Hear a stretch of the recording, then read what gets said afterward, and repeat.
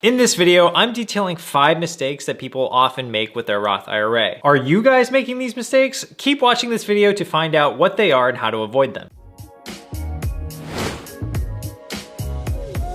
Most of you guys aren't thinking about retirement, and I know that because the majority of my audience is actually between the ages of 18 and 34. On top of that, I know that most of you guys skew on the younger side of that because a lot of you guys are from TikTok as well. So when it comes to retirement, I know that it seems really far away. I mean, I'm myself in that age demographic. Even for me, it feels super far away, but it's still really crucial in building your financial foundation and mastering your money. So in today's video, I wanted to break down the 5 mistakes that I most commonly see people making with their Roth IRA. If you watch this video until the very end, you'll learn more about the nuances about the Roth IRA and the common mistakes that people are making. And in doing so, hopefully you'll save yourself thousands of dollars down the line that you can actually put towards your retirement and basically enjoy in retirement. For me in particular, I definitely just want to play golf 24/7. Hopefully my back doesn't give out, but I want to visit some really cool golf courses and travel the world doing that. So that's why I invest in my Roth IRA. Also, only a small percentage of my viewers are actually subscribed. So if you do end up enjoying this video, consider subscribing. It's free and you can always change your mind. But first, I want to clear up the differences between a Roth IRA and a traditional IRA because I know that there's somebody out there watching that is confused on what the differences are between them. For those of you that need a refresher, IRA stands for Individual Retirement Account, and the Roth version of this is actually funded with after-tax dollars. Since it's funded with after-tax dollars, basically what that means is that as your earnings in the account grow, it's actually going to be tax-free versus with a traditional IRA, it's actually taxable earnings and interest. So the biggest differences between the Roth IRA and the traditional IRA are in the manner in which they're taxed. In a traditional IRA, your contributions are basically tax deductible, so you basically get a tax savings when you contribute into it. Subsequently, your gains, basically your earnings and interests, are actually tax deferred. What that just basically means is that you pay taxes on when you withdraw the money from your traditional IRA. The main advantage of why people like to have a traditional IRA is basically for the tax deduction up front because they get to save some money on their taxes. The Roth IRA, however, is basically what the investment community prefers since all the earnings in it grow tax-free, and that's actually worth a lot to some people. If you'd like to learn more about the differences between the Roth and the traditional IRA, I actually have a video on that which I'll link for you guys in the description below and hopefully right up here. So now let's talk about the mistakes that people commonly make in a Roth IRA, and number 1 is basically skipping a Roth IRA since you already have a 401k. So originally, IRAs and Roth IRAs were created to basically allow for Americans to invest in retirement who weren't offered an employer-sponsored,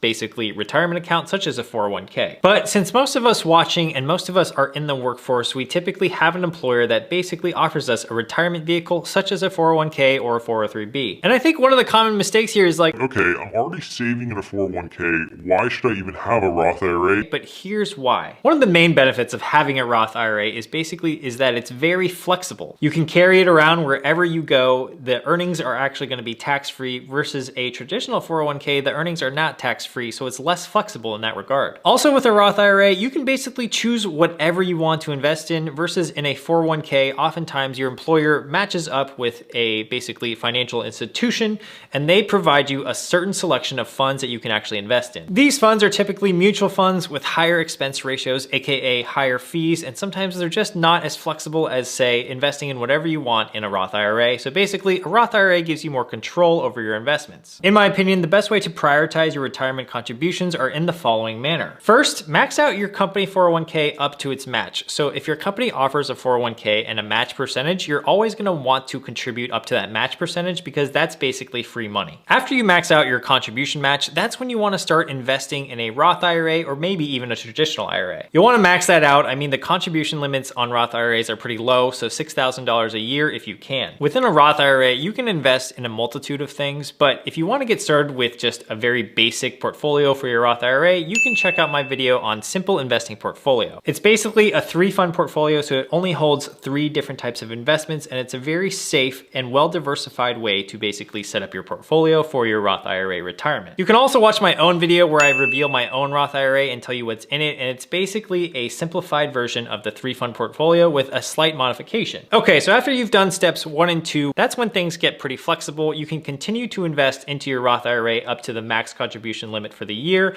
or you can just take those extra earnings that you might have to invest in a regular investable taxable account. Now, I want to be clear, if you're at least investing something in retirement versus nothing, that's always going to be better. So as long as you're doing some of these steps, that's good enough. Don't feel pressured that you feel like, oh man, I'm not doing steps 2 and 3, so all of a sudden I'm going to be poor in my retirement. That's absolutely not true. The key with investing for your retirement is consistency, consistency, consistency over a long period of time. Now, the second mistake I notice people making with a Roth IRA is either not earning enough to contribute or basically earning too much to contribute to their Roth IRA and not knowing the rules. In order to have a Roth IRA, it's interesting to note that you actually need something called earned income. According to Investopedia.com, earned income is basically defined as this. Earned income includes wages, salaries, bonuses, commissions, tips, and net earnings from self-employment according to the IRS. So basically, you need to be paid in order to have a Roth IRA. That means if you're a college student watching this and you're not actually earning any income, maybe you're just being paid under the table, that doesn't actually count. You actually need what's called wages or salaries. Some of you guys may have trading accounts in which you take stock profits and gains, but actually capital gains do not qualify as earned income, so they do not qualify you to contribute to a Roth IRA either. Other examples that are not earned income include unemployment, workers' comp, social security, interest income, and rental property income. The bottom line is that you need to be working in order to contribute to a Roth IRA, so just remember that. The other mistake that people make with mistake number 2 is that they earn too much to contribute. So this is the flip side of the coin. If you earn over $140,000 a year individually, you actually do not qualify to contribute to the Roth IRA. If as a couple you earn more than $208,000 combined annually, then you can't contribute either. Now, one method you can use to actually get around this income limit is through what's called a backdoor Roth IRA. This is basically where you contribute to a traditional IRA first, and then you just convert it into a Roth IRA. Now, it's pretty dumb that the IRS just kind of lets you do that, but apparently that's a loophole that's completely legal. And if you're interested in that, there are a lot of YouTube videos detailing on exactly how to do that. So mistake 2 just comes down to knowing the actual contribution limits of a Roth IRA and actually earning earned income to contribute to a Roth IRA. The third mistake people are making with their Roth IRA is simply just withdrawing early, specifically their earnings. When it comes to a Roth IRA, you're actually able to withdraw your direct contributions to your Roth IRA at any time without any penalties. However, the earnings or the profit on your Roth IRA actually follows a different set of rules, and for that, you actually need to know the following. Number 1, if you withdraw any of your earnings before the age of 59 and a half, you're actually subject to a 10% penalty. Now, that age requirement is in there because they're basically incentivizing you to save for retirement, and they don't want you pulling out your contributions,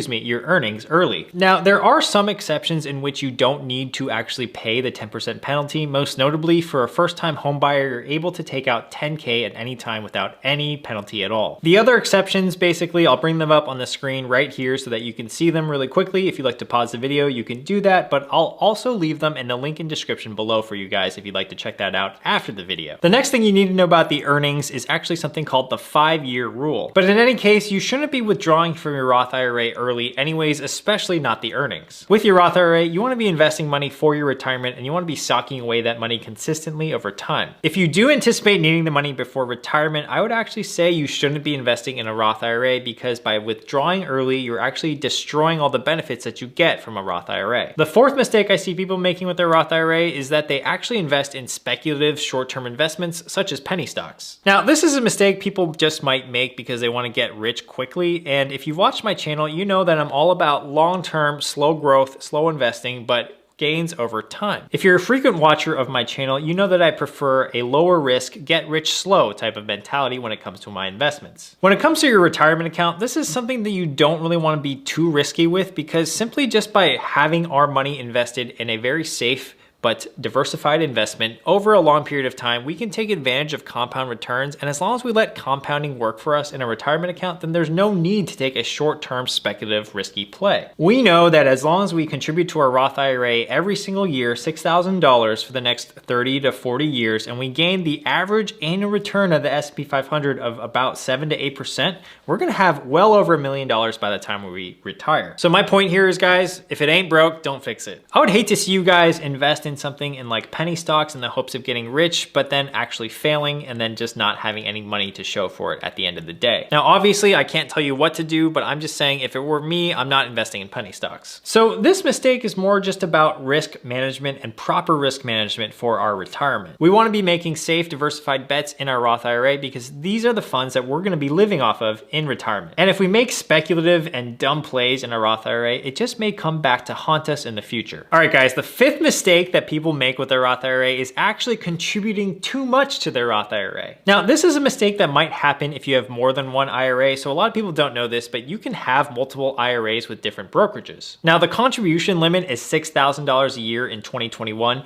but when you have 3 or 4 different IRAs, you might forget how much you've contributed to each one. If you accidentally contribute over the $6,000 limit, the penalty for that is actually 6% per year. That's per year until you correct the mistake, and they won't actually tell you this super upfront either. So if you find yourself in a situation where you actually contribute too much, what you want to do before you file your tax return is basically take out any of the excess contributions and earnings on your excess contribution of that Roth IRA, if that makes sense. Now, this is actually one of the more uncommon mistakes when it comes to a Roth IRA, but it can cost you a lot of money if you're not organized enough to actually recognize this mistake, because it's 6% of a fee per year every single year that that mistake is actually in force. That's why it's always important to check in on your Roth IRA periodically, especially if you have multiple accounts across different brokerages. Always make sure you track how much you're actually contributing to your Roth IRA, because that's important to know as well. All right, guys, I hope you enjoyed this video. These are 5 mistakes that people are commonly making with their Roth IRA that could cost you some money in retirement. Make sure to like the video if you got any value out of it. Consider subscribing. I post videos here on YouTube 3 times a week on personal finance and investing. Lastly, thanks to all my Patreon subscribers. I appreciate you guys being here. I'll see you guys in the next one.